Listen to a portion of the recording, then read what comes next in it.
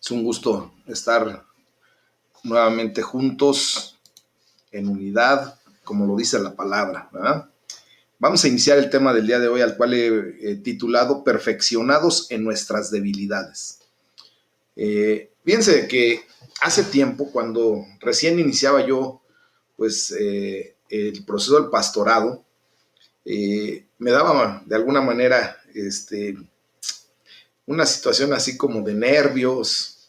Yo veía que estaba yo, tal vez hasta me sentía incompetente todavía, aun cuando ya tenía bastante tiempo de predicar y de realizar funciones pastorales netamente, pero pues de alguna manera sentía que había hermanos con mucho mayor experiencia que yo. Y bueno, en ese momento, cuando ya estaba en esa condición de haber sido llamado al pastorado, hubo unas palabras del apóstol Pablo que parecían resumir exactamente cómo me sentía en ese momento. En un sermón, en uno de los primeros sermones que di ya como pastor, pues la primera cita bíblica que hice fue esta, y se las quiero compartir ahí en la primera carta a los Corintios capítulo 2 del versículo 1 al 5, y dice: así que, hermanos, cuando yo fui a ustedes para anunciarles el misterio de Dios, no fui con excelencia de palabras o de sabiduría, porque me propuse no saber nada entre ustedes sino a Jesucristo y a Él crucificado. Y estuve entre ustedes con debilidad, con temor y con mucho temblor. Ni mi mensaje ni mi predicación fueron con palabras persuasivas de sabiduría, sino con demostración del Espíritu y de poder, para que su fe no esté fundada en la sabiduría de los hombres, sino en el poder de Dios. Entonces, obviamente, vi como muchas personas en aquel tiempo vieron que efectivamente esta porción bíblica pues siempre refleja lo que siento. De alguna o de otra manera siempre me siento nervioso, de repente hay un elemento de debilidad en mi persona, de temor y de mucho temblor, porque obviamente el trabajo pastoral, mis amados hermanos, es un trabajo que conlleva mucha responsabilidad. Imagínense ustedes que yo voy a dar cuenta delante de Dios de cada uno de ustedes, de lo que yo pongo en mis oraciones para que Dios se refleje en sus vidas, para que Dios derrame de su presencia en cada uno de ustedes. Y pues también soy responsable del cambio real que Dios está manifestando en cada uno de ustedes.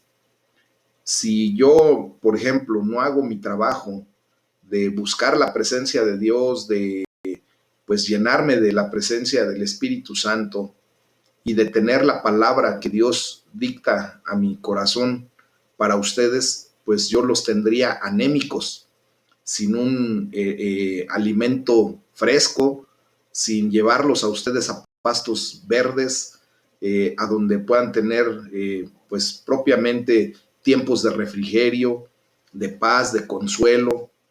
Y la verdad es que es un trabajo arduo, pero también muy satisfactorio. Pero en ese trabajo yo veo mucho de mis debilidades, donde yo veo pues muchas áreas de oportunidad que tengo para crecer. Sigo estudiando constantemente para la gloria de Dios. Tengo mucho temor de lo que digo, y de verdad, o sea, siempre estoy buscando que sea la palabra de Dios la que se exprese para ustedes y sea la que nos dicte pues nuestro caminar, que sea nuestra guía. Y lo hago con mucho temblor porque obviamente yo comprendo la magnitud de la trascendencia que tiene la palabra de Dios en la vida de cada uno de ustedes, en mi vida primeramente. Quiero confesarles que antes de declararles a ustedes un devocional, de llevar una conferencia, una prédica, pues al primero que habla Dios es a mi vida. Muchas ocasiones siento la debilidad en la que estoy como ser humano cuando tengo que predicar algo de lo que aún no he sido capaz de superar. Y lo confieso de verdad en una actitud humilde, porque sinceramente para mí es de mucho peso. Aun cuando yo me pongo a cuentas delante de Dios, aun cuando pues trato de ir rectificando, haciendo ticún en mi vida para poder pues tener una mayor autoridad en el área, ¿verdad? En lo que predico, pues de repente sigo siendo humano y de repente en mi debilidad, pues yo veo la realidad de lo que vivo. Entonces, yo solamente me queda, sinceramente, darle gracias a Dios porque pues no depende de palabras sabias, mucho menos de palabras persuasivas, el que ustedes puedan o no cambiar. Depende de la demostración del poder del Espíritu Santo y depende más del poder de Dios que se perfecciona en cada uno de nosotros, ahora sí lo digo en plural, en cada uno de nosotros, en nuestras debilidades. Dios perfecciona su poder en nuestra debilidad. Así también lo dice la segunda carta a los Corintios, capítulo 12, versículo 9. Entonces, mis amados, la debilidad, el miedo y el temblor, pues tienen también un lado bueno, pero también tienen un lado malo, obviamente, ¿verdad? En los pasajes de hoy vamos a ver tanto el lado bueno como el lado malo de la debilidad, del miedo y del temblor. Primero vamos a ver en el Salmo 91, del versículo 1 al 8. Este salmo es muy citado por la mayoría de nosotros, mis amados. Es un salmo que nos infunde paz, nos infunde la presencia de Dios, nos anima, de verdad, pero también nos muestra lados específicos de nuestro ser. Nos muestra, por ejemplo, la condición del miedo, pero también nos muestra la condición de la fe. Un lado bueno, un lado malo. Vamos a leer lo que el Salmo número 91 nos dice. La palabra de Dios dice: el que habita al abrigo del Altísimo morará bajo la sombra del Omnipotente. Diré yo a Jehová, esperanza mía y castillo mío, mi Dios en quien confiaré. Él te librará del lazo del cazador, de la peste destructora. Con sus plumas te cubrirá, y debajo de sus alas estarás seguro.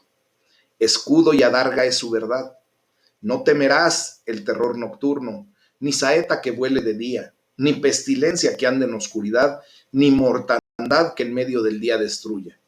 Caerán a tu lado 1000 y 10,000 a tu diestra, mas a ti no llegará.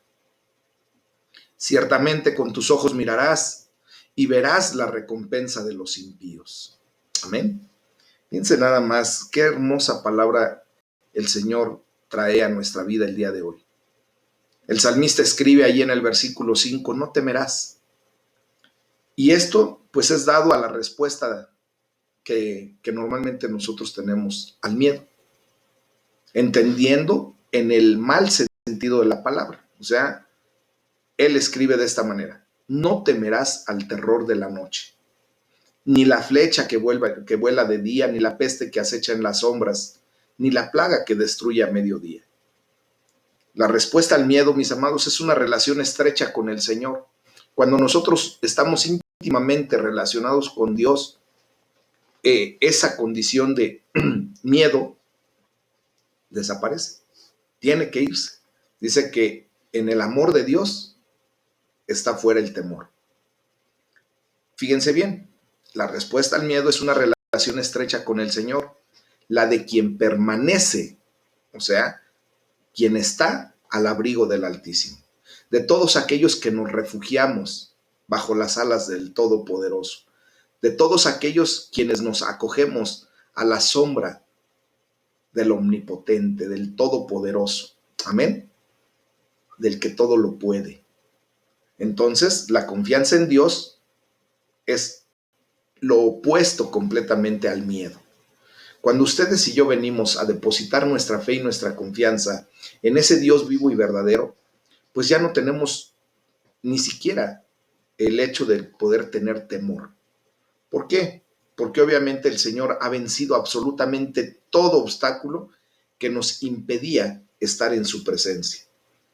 De hecho, Él rompió el velo de arriba hacia abajo, ese velo que nos impedía entrar con seguridad, con confianza hasta el trono de su gracia, fue roto. ¿Para qué? Para darnos confianza. Dice Efesios 3:12, ahora pues tenemos acceso con seguridad y confianza al trono de la gracia. Por lo tanto, esa confianza, al acercarnos a Dios, pues disipa completamente el temor. Cuando nosotros empezamos a tener temor por alguna situación, miedo propiamente, tenemos que acudir a los brazos de papá. No sé si ustedes han visto de repente algunos videos que pasan, que se han hecho hasta virales, cuando un pequeño osesno empieza a lidiar con otro animal que pudiera comérselo, que pudiera ser presa de ese otro animal. Y de repente sale despavorido y de repente él se frena y en su desesperación se levanta en sus patas traseras, alza sus garritas y emite un gruñido, ¿no? Pero el papá, ese osesno no ve que su papá, que es un oso impresionante, grande, poderoso, emite también ese gruñido y el animal que posiblemente podía tomar de presa a ese osesno, pues obviamente se espanta y se va. Y el osesno piensa que fue por su poder, ¿verdad? Y cuando voltea y ve a su padre, pues obviamente le infunde mucha confianza y en automático su miedo se va. Pues amados, así es como nosotros tenemos que ver al Todopoderoso de nuestro lado. Cuando tú tengas temor, acércate a los brazos de papá y tú te vas a dar cuenta cómo Dios guarda toda tu situación, tu vida, todo lo que tú eres en su regazo. Amén. Bueno, pues fíjense que hay una fuerte conexión entre lo que pensamos y lo que decimos. Pero también nuestras palabras pueden afectar a nuestro pensamiento. Muchas veces nosotros al hacer declaraciones de alguna naturaleza afectan a nuestro pensar. Cuando hacemos declaraciones optimistas, cuando hacemos declaraciones correctas y sobre todo cuando hacemos declaraciones de la palabra de Dios, de las promesas de Dios, pues nuestra mentalidad cambia y empezamos a actuar de una manera optimista, de una manera empática, empezamos a quitarnos todo temor, todo miedo, pero si hacemos lo contrario, mis amados, empezamos a declarar no puedo, me da miedo, ¿qué va a pasar? Todo ese tipo de declaraciones que hacemos, pues también traen afección a nuestro pensamiento. Y por eso nos volvemos timoratos, nos volvemos retraídos, no queremos enfrentar las cosas porque ya desde nuestra declaración vamos vencidos. Entonces, lo que dices a Dios, cuando tú verbalizas tu pensamiento, cuando tú haces una oración delante de Dios, eso puede cambiar tu manera de pensar. Y Dios siempre va a querer y va a traer a tu mente siempre declaraciones positivas. ¿Qué dice Jeremías 29:11? Porque yo sé los pensamientos que tengo acerca de ti, dice el Señor, pensamientos de bien y no de mal, para darte una esperanza, un futuro que tú necesitas. Entonces, cuando entendemos eso, mis amados hermanos, nosotros podemos cambiar nuestro entorno al empezar a ser propositivos hasta en nuestras declaraciones. De hecho, el salmista nos dice que proclamemos en alto la bondad y el amor del Señor. Vean lo que dice el versículo 2, se los voy a leer en otra versión. Primero se los voy a leer en la versión Reina Valera, que es la que normalmente usamos. Dice, diré yo a Jehová, esperanza mía y castillo mío, mi Dios en quien confiaré. Se los voy a leer en otra versión, en la versión nueva, en la nueva versión internacional.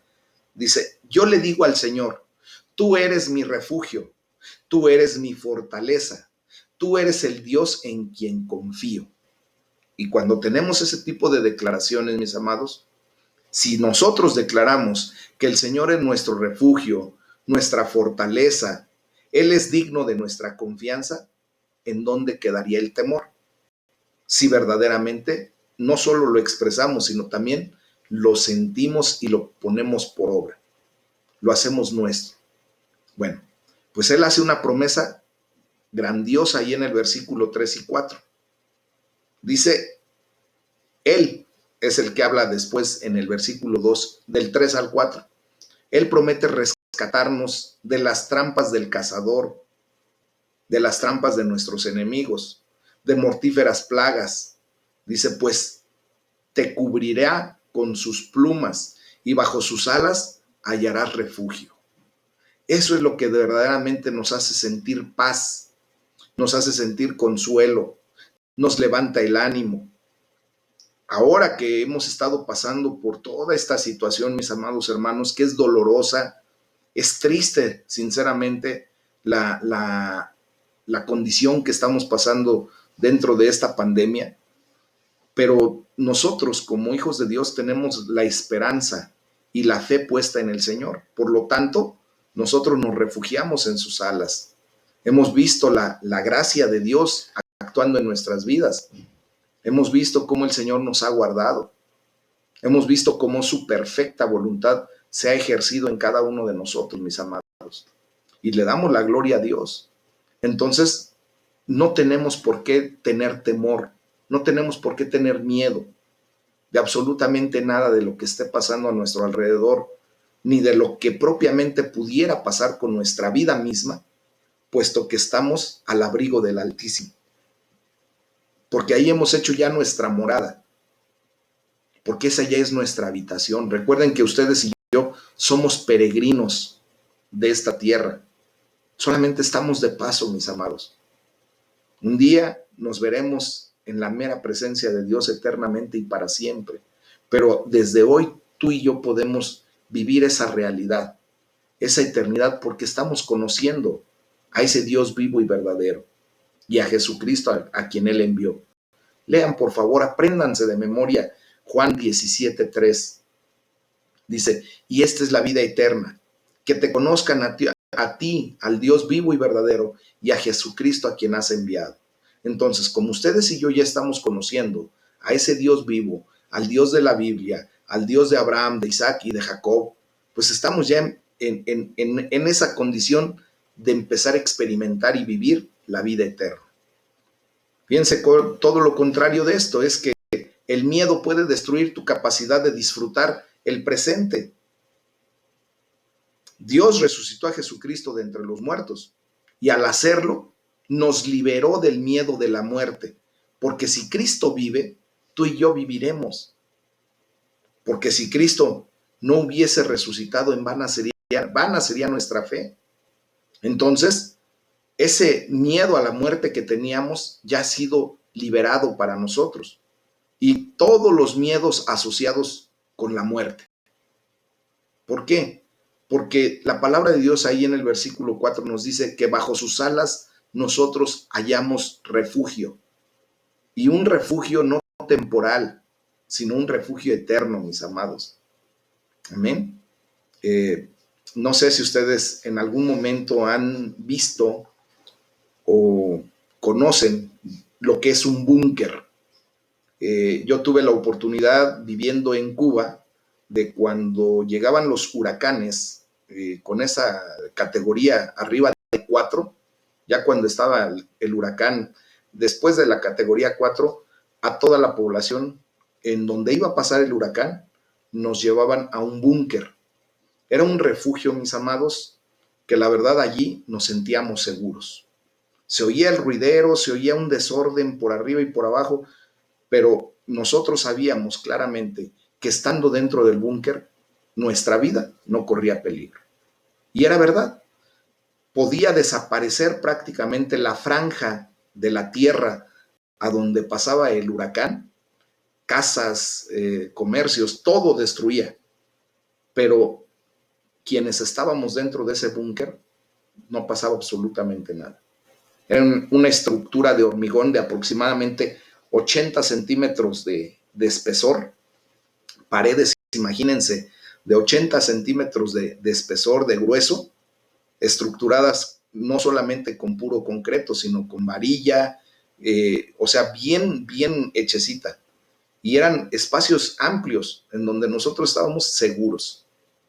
Había víveres para por lo menos 3 días para todas las personas que estábamos allí.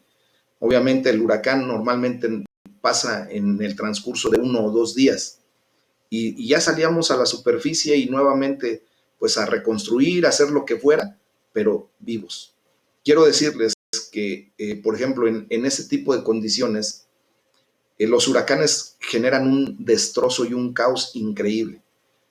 Pero durante el tiempo que yo estuve allá, una sola vida no se perdió. ¿Por qué? Porque estábamos bajo un refugio. Bueno, ahora, ese es un ejemplo humano.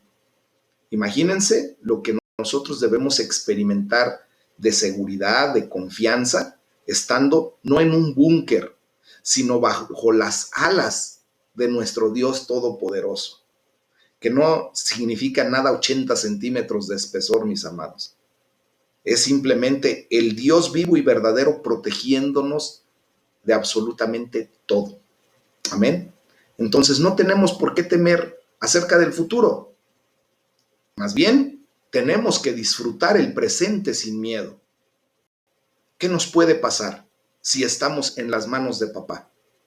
Tú has puesto tu vida en las manos de Dios. ¿En qué otro lugar crees tú que pudieras estar más seguro? ¿En qué otras manos pudieras tú estar más tranquilo? No hay ningún otro lugar. Es como cuando nosotros llegamos a los pies de Cristo y declaramos con autoridad y verdad que no hay un lugar más alto que los pies de Cristo. Es algo como paradójico, ¿verdad? Estando a los pies de Cristo, estamos en el lugar más alto. Bueno, ni el Everest se considera en la altura cuando llegamos a los pies de Cristo. Es lo mejor que podemos vivir. Hay que darle gracias a Dios porque podemos morar en su refugio y descansar bajo su sombra, mis amados. Hoy podemos declarar con poder, con autoridad: tú eres mi refugio, tú eres mi fortaleza, en ti confío y confiaré. Amén. Esto nos lleva a ver el poder de Dios en nuestra debilidad, porque cuando más débiles somos, mis amados, más poderosa se hace la presencia de Dios en nuestras vidas. Vamos a leer la primera carta a los Corintios, del capítulo 1, del versículo 18 al capítulo 2, versículo 5. Y fíjense lo que el apóstol Pablo escribe con autoridad, con una idea clara de lo que es vivir la experiencia de que el poder de Dios se perfecciona aún en medio de nuestras debilidades. Dice, porque la palabra de la cruz es locura a los que se pierden, pero a los que se salvan, esto es, a nosotros, es poder de Dios. Pues está escrito, destruiré la sabiduría de los sabios y desecharé el entendimiento de los entendidos. ¿Dónde está el sabio? ¿Dónde está el escriba? ¿Dónde está el disputador de este siglo? ¿No ha enloquecido Dios la sabiduría del mundo? Pues ya que en la sabiduría de Dios el mundo no conoció a Dios mediante la sabiduría, agradó a Dios salvar a los creyentes por la locura de la predicación. Porque los judíos piden señales y los griegos buscan sabiduría, pero nosotros predicamos a Cristo crucificado. Para los judíos ciertamente tropezadero y para los gentiles locura. Mas para los llamados, así judíos como griegos, Cristo, poder de Dios y sabiduría de Dios. Porque lo insensato de Dios es más sabio que los hombres, y lo débil de Dios es más fuerte que los hombres. Pues miren, hermanos, su vocación, que no son muchos sabios según la carne, ni muchos poderosos, ni muchos nobles, sino que lo necio del mundo escogió Dios para avergonzar a los sabios, y lo débil del mundo escogió Dios para avergonzar a lo fuerte. Y lo vil del mundo y lo menospreciado escogió Dios, y lo que no es para deshacer lo que es, a fin de que nadie se jacte en su presencia. mas por él están ustedes en Cristo Jesús, el cual nos ha sido hecho por Dios sabiduría, justificación, santificación y redención, para que, como está escrito, el que se gloria, gloríese en el Señor. Así que, hermanos, cuando fui a ustedes para anunciarles el testimonio de Dios, no fui con excelencia de palabras o de sabiduría, pues me propuse no saber entre ustedes cosa alguna sino a Cristo y a este crucificado. Y estuve entre ustedes con debilidad y mucho temor y temblor, y ni mi palabra ni mi predicación fue con palabras persuasivas de humana sabiduría, sino con demostración del Espíritu y de poder, para que su fe no esté fundada en la sabiduría de los hombres, sino en el poder de Dios. Gloria a su nombre. Bendito sea el Señor. Bendito el Eterno. Es una palabra de poder, mis amados. El apóstol Pablo escribe que temblaba de miedo. Imagínense, el gran apóstol, un sabio, un hombre letrado, un hombre que tenía autoridad en todo lo que decía. Él se sentía totalmente inadecuado para la tarea a la que Dios le había llamado. Imagínense yo, imagínense muchos de mis hermanos, de mis consiervos en el Señor, cuando nos sentimos así débiles, que no sabemos, o sea, ni por qué nos llamó. En las palabras de la traducción del mensaje dice, fíjense bien lo que dice el versículo 4. El mensaje salió de mí de todas maneras. El Espíritu y el poder de Dios lo hicieron. Imagínense nada más que ni el apóstol Pablo se jactaba de su sabiduría, de su condición, sino más bien él humildemente reconocía que todo lo que él hablaba venía de parte de Dios. Hoy humildemente reconozco, mis amados hermanos, que efectivamente lo que yo puedo hablar, lo que yo les puedo predicar, lo que yo les puedo enseñar no es de mi sabiduría, no es de mi entender, sino es de parte de Dios para ustedes. Y yo espero que ustedes también lo reciban y acojan esta bendita palabra, cual si salva sea la distancia, ¿verdad? Cual si fuera Dios mismo el que está hablando a ustedes, a sus vidas. Miren, la debilidad moral y la cobardía no son virtudes, eso es una realidad. Pero como vemos en este pasaje, hay un lado bueno hasta en la debilidad. Hay un lado bueno en el miedo, hay un lado bueno en el temblor. Dios pone las cosas al revés. Acuérdense que Jesucristo siempre vino a contracorriente. Vino a hacer lo que el mundo no pretendía que un Mesías pudiera hacer o hiciera, ¿no? De hecho, los judíos esperaban a un Mesías que viniera y desenvainara la espada físicamente y los libertara del yugo del pueblo romano que estaban viviendo en aquellos tiempos. Pero Jesucristo, ¿qué les dijo? Si les golpean la mejilla derecha, ¿qué tienen que hacer? Pongan la izquierda. O sea, todo lo contrario. Ellos esperaban que el Señor llegara y ¡pum! Órale, para que se les quitara a los romanos, ¿verdad? Y ya no siguieran subyugando a los judíos. Pero Dios todo lo contrario. Pone las cosas al revés, mis amados. El mensaje de la cruz es una locura para los que se pierden. En cambio, dice la palabra de Dios, para los que se salvan, es decir, para nosotros, este mensaje es el poder de Dios. Dunamis, la palabra griega de la cual deriva la palabra dinamita. Esa dinamita que cuando se utiliza correctamente, pues transforma la faz de la tierra para beneficio nuestro. Y esa es la palabra que ahora tenemos. Es el mensaje que Dios nos ha dado para que podamos ser transformados y para que muchos otros en el conocimiento de la verdad sean transformados por el poder de Dios. En esa debilidad que presentamos, en esa condición pecaminosa en la que nosotros vivíamos, el Señor se engrandeció y se glorificó a través de nuestra debilidad. Mis amados, Jesús murió como un criminal de Estado, ¿no? Como el más terrible de los malhechores, en un instrumento de tortura romano. Y recuerden que los romanos sabían torturar, sabían cómo maltratar a la persona de una manera increíble. Imagínense que en el Coliseo se deleitaban con ver cómo los leones, después de no haber comido días enteros, atrapaban a un cristiano y lo destrozaban, lo devoraban. Pues Jesucristo viene a ser en un instrumento de tortura como es la crucifixión, ¿no? Que es una muerte reservada a los más degradados, a los más despreciados de la sociedad romana. Jesucristo sufrió esa muerte, la muerte de cruz.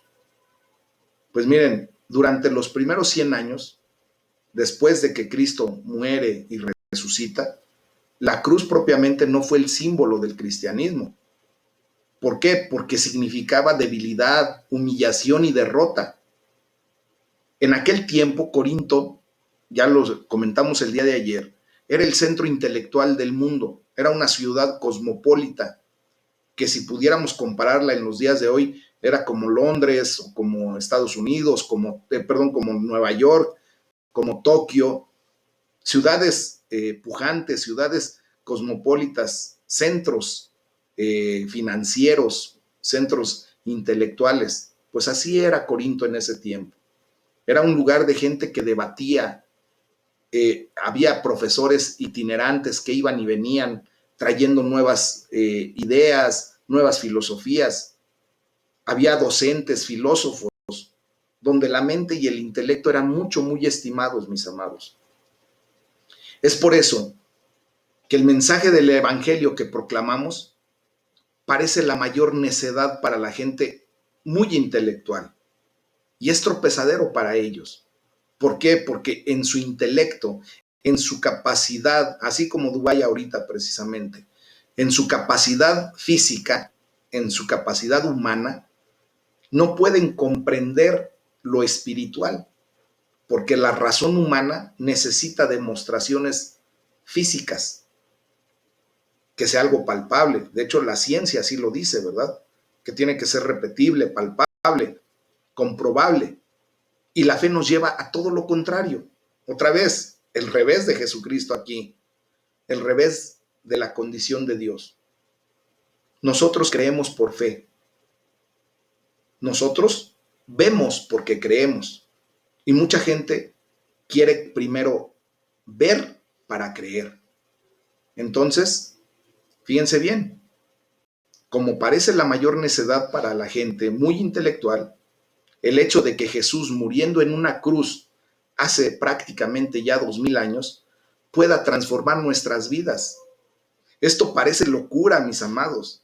¿Cómo es posible, dicen los filósofos, esos grandes pensadores que no tienen el temor y el amor por Dios? ¿Cómo es posible? Dicen, es locura eso. Es locura para la intelectualidad. Y desgraciadamente es una piedra de tropiezo. Y fue profetizado en el Antiguo Testamento. Incluso para mucha gente religiosa, ese acto de redención en la cruz del Calvario viene a ser locura. ¿Cómo es posible que muriendo se gane? Obviamente, Pablo lo llegó a comprender tanto que hace una declaración increíble cuando dice, para mí vivir es Cristo y morir es ganancia. ¿A dónde está el temor? Por la muerte, que es lo más seguro que tenemos. Que ninguno de los que estamos aquí presentes nos vamos a escapar. A menos de que el Señor venga, ¿verdad? Y que se lleve a su iglesia y entre la iglesia de Cristo estemos nosotros. Gloria a Dios. Pero si no, tú y yo tendremos que morir físicamente. Y entonces, el punto está en el concepto de que la muerte de Jesucristo nos ha dado la victoria. Dios, en su sabio designio, dispuso que el mundo no lo conociera mediante la sabiduría humana. Fíjense bien, no es por lo que yo sé, por lo mucho que pueda estudiar, por lo mucho que yo pueda comprender. No, Él tuvo a bien salvar a todos y cada uno de nosotros mediante la locura de la predicación del Evangelio. Y salva a los que depositan su fe y su confianza, a los que creen. Pues la locura de Dios siempre, siempre, siempre será increíblemente más sabia que la sabiduría humana. Dice que sus pensamientos y nuestros pensamientos nada tienen que ver, mis amados. Imagínense nada más la capacidad de nuestro Dios Todopoderoso, del omnisciente, del que todo lo sabe. Y nosotros, limitados. Miren, a la verdad es que el ser humano ha desarrollado algunos, muy esporádicamente, coeficientes intelectuales que sobrepasan el común, ¿verdad? El promedio. Y aún esas personas que han desarrollado tecnología, que han desarrollado fórmulas muy avanzadas, elaboradas, no se comparan en lo mínimo con la grandeza y la sabiduría de Dios. Jamás. Alberto Einstein, que fue uno de los hombres más prominentes, que la verdad, para desarrollar la fórmula tan sencilla, energía es igual a materia por la velocidad de la luz al cuadrado, E igual a mc al cuadrado. Eso tan sencillo que se dice ahorita así, es algo que vino a revolucionar increíblemente la tecnología a nivel mundial, la ciencia. Pero ni con eso este hombre se compara en nada con la grandeza de Dios. Entonces, dice la palabra de Dios, pues la locura de Dios es más sabia que la sabiduría humana, y la debilidad de Dios es más fuerte que la fuerza humana. La gloria sea para el Señor, mis amados. Cuando miramos a nuestro alrededor, podemos ver que sigue siendo verdad el día de hoy, de que los que están en la iglesia, no muchos, son los más brillantes ni los mejores. ¿Ah? No muchos son influyentes, ni provienen de familias de noble cuna, adineradas. Amados, honestamente, ¿cómo vemos nosotros la condición de la iglesia de Jesucristo? De lo vil y de lo menospreciado el Señor nos sacó para darle a entender a aquellos que se sienten poderosos, que se sienten muy capaces intelectualmente, para decirles, mira, este tipo que muchas veces encontramos a hermanos que ni siquiera saben leer ni escribir, pero que hablan con un denuedo la palabra de Dios y que defienden su fe de una manera tan increíble, que, mis amados, sigue siendo verdad hasta el día de hoy, que Dios escoge lo insensato del mundo para avergonzar a los sabios y escoge lo débil del mundo para avergonzar a los poderosos. Yo quiero decirte el día de hoy, no te avergüences, por favor, de proclamar un mensaje muy simple, que a los ojos de mucha gente parece necedad. No hace falta intentar camuflarlo con una gran elocuencia o con una gran sabiduría. Nosotros no necesitamos demostrar que somos más sabios o que somos muy elocuentes. Nosotros lo único que tenemos que hacer es centrarnos en el mensaje de Jesucristo. Y así como lo dijo Pablo, y crucificado. Pero obviamente nosotros tenemos que llevarlo ya a lo demás, que resucitó y hoy vive para la gloria de Dios. Amén. Entonces, nosotros tenemos que mantenerlo deliberadamente llano, sencillo ese mensaje. Tenemos que decir y tenemos que hablar primeramente de Jesús, del amor de Dios, quién es Jesucristo, cómo despliega su amor ese Dios todopoderoso por todos nosotros. Y después, seguir hablando de Jesús y de lo que hizo. Seguir hablando de ese Jesús que sí murió en la cruz, pero que venció a la muerte y que allí, en esa cruz, nos dio salvación y vida eterna. Fue el sacrificio perfecto para que ahora ustedes y yo gocemos de la gloria de Dios. Miren, mis amados, es normal experimentar experimentar debilidad, temor y mucho temblor, así como lo experimentó el apóstol Pablo. Lo que importa no es si usas, como les digo, esa gran elocuencia o esa gran sabiduría, sino hay que usar la demostración del poder del Espíritu. ¿Y cómo tú puedes demostrar el poder del Espíritu? Solamente con el hecho de que tu testimonio demuestre que algo poderoso pasó en ti. Algo tuvo que haber sucedido grande para tu transformación. Y ese es el poder del Espíritu. ¿Cómo eras antes de Cristo? ¿Y cómo eres ahora? Amén. Ese es el poder de Dios. ¿Qué mayor poder podemos vivir y experimentar que si nosotros estábamos muertos en nuestros delitos y pecados, cuando declaramos a Jesucristo como Señor y Salvador, en ese momento Dios nos dio vida, nos resucitó de la condición de muerte espiritual en la que estábamos. Y ahora estamos vivos, no solamente en el área física, que eso es lo de menos.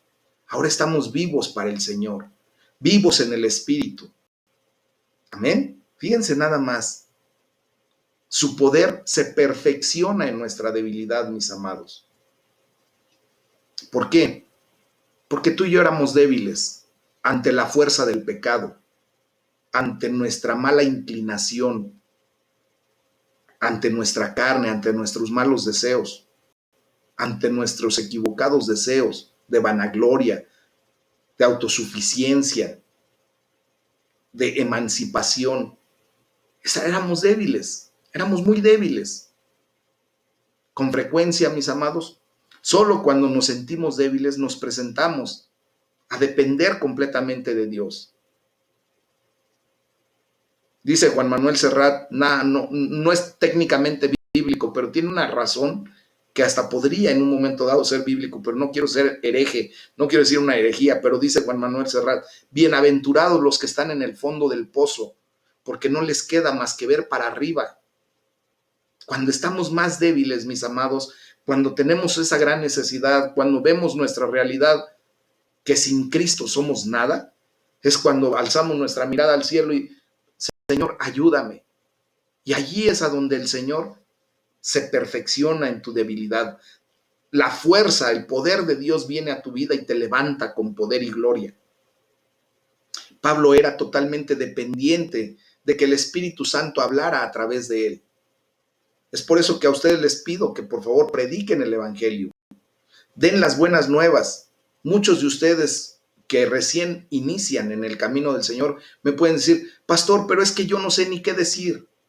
Yo no sé cómo convencer. Tú no vas a convencer a nadie. Yo no puedo convencer a nadie. Ninguno de nosotros, ninguno de los cristianos tenemos el poder de convencer a nadie. El único que tiene poder verdaderamente para convencer de pecado, de juicio y de justicia es el Espíritu Santo. Por lo tanto, no te preocupes qué es lo que vas a decir o cómo lo vas a decir.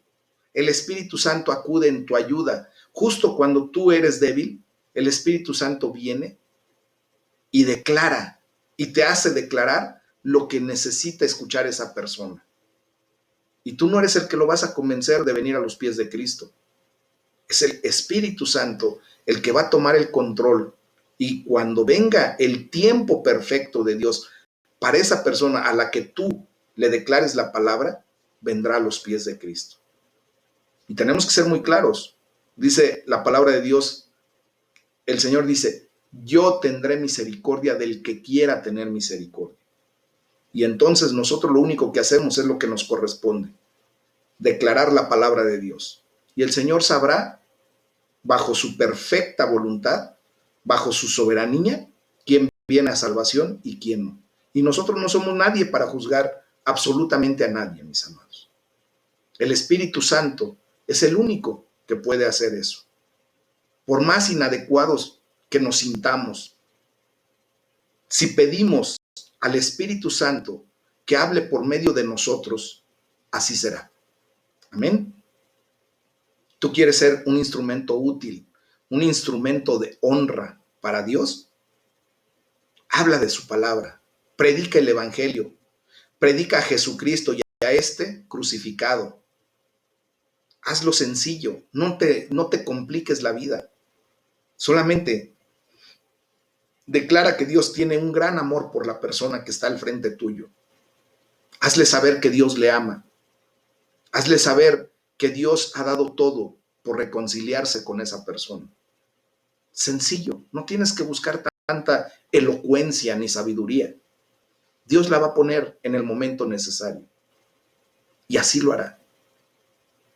¿Te sientes inadecuado en este momento para hablar de la palabra? Pídele al Espíritu Santo que hable por medio de ti. Dile, Señor, yo solamente quiero ser un instrumento tuyo. Utilízame. Sé tú en mí hablando a esa persona. Y que nunca, nunca, nunca llegue vanagloria a tu vida. Nunca siquiera se te ocurra declarar o decir, yo cambié a fulano o yo convencí a sutano. No, eso no lo podemos hacer, mis amados. Toda la gloria y toda la honra tiene que ser para el Señor, para ese Dios todopoderoso, para Hashem, para el Eterno. Amén. Esa es la realidad. Hay que darle gracias a Dios por el mensaje de Jesucristo y su crucifixión y por la gran obra redentora que Dios hizo allí en la cruz del Calvario. Porque Cristo resucitó. Porque ese es el poder de Dios. Hay que darle gracias porque no necesitamos elocuencia o sabiduría excepcional, mis amados. Miren, aunque hablemos en nuestra debilidad, en nuestro temor, en nuestro miedo, con mucho temblor, hay que orar para que Dios acompañe la predicación del mensaje con una demostración del poder del Espíritu, cambiando gente, mis amados, cambiando maneras de ser y de pensar, convenciendo de pecado, de juicio y de justicia. Y vamos a ver cómo el Señor se glorifica a través de lo que tú y yo hacemos. La gloria sea para el Señor. Amén. Vamos a orar. Es el tema del día de hoy. Yo sé que el Señor está hablando a tu vida. Yo sé que el Señor te está queriendo utilizar. Yo sé que Dios se quiere perfeccionar en tu temor, en tu debilidad, en tu temblor. Espero cuando leamos esa porción, cuando el apóstol Pablo ora 3 veces al Señor y le dice, Señor, ya quítame por favor este aguijón, me lastima, me duele. Y le contesta a Dios, bástate mi gracia, porque mi poder se perfecciona en tu debilidad. Si hoy tú estás padeciendo un aguijón, presión, a lo mejor enfermedad, a lo mejor situaciones económicas críticas, hoy te quiero decir que Dios se va a perfeccionar, el poder de Dios se va a perfeccionar en esa debilidad que tú estás presentando, para que la gloria sea específicamente para Él. Amén. Amén. Vamos a orar. Vamos